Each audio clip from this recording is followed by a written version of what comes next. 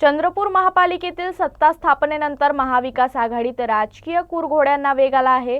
चंद्रपूरमध्ये उद्धव बाळासाहेब ठाकरे गटाने भाजपला मदत केली आणि काँग्रेस सोबत उभे राहिले नाहीत असा आरोप प्रदेश काँग्रेस अध्यक्ष हर्षवर्धन सपकाळ यांनी केला आहे। याच पार्श्वभूमीवर परभणीत आम्ही आमच्या सोयीने राजकीय भूमिका घेऊ असा इशाराही त्यांनी दिला। परभणीत काँग्रेस आपली स्वतंत्र भूमिका ठरवेल असे स्पष्ट करत त्यांनी भाजप आणि एमआयएमची युती पुन्हा दिसून येत असल्याचा दावा केला। तसेच वंचित बहुजन आघाडी आमच्या सोबत आली नाही याबाबतही त्यांनी खंत व्यक्त केली। ते मंगळवारी बुलढाण्यात प्रसार माध्यमांशी बोलत होते। काँग्रेसला 31 मतं मिळाली तर भारतीय जनता पक्षाला चंद्रपूरमध्ये महापौर पदासाठी 32 मतं मिळाली आणि ही 32 मतांची बेरीज करत असताना उभाटाने भारतीय जनता पक्षाला पाठिंबा दिला।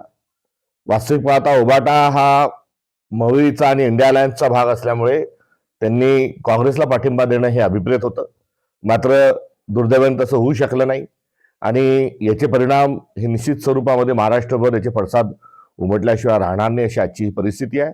आणि यासोबत ही मॅजिक फिगर गाठण्याकरता चंद्रपूरमध्ये भारतीय जनता पक्षाने एमआयएमशी त्यांची जशी अलायन्स आहे आणि एमआयएम आणि भारतीय जनता पक्ष एकाच थालीचे चट्टेबट्टे असल्याचं यापूर्वी वारंवार सिद्ध होत झालेलं आहे।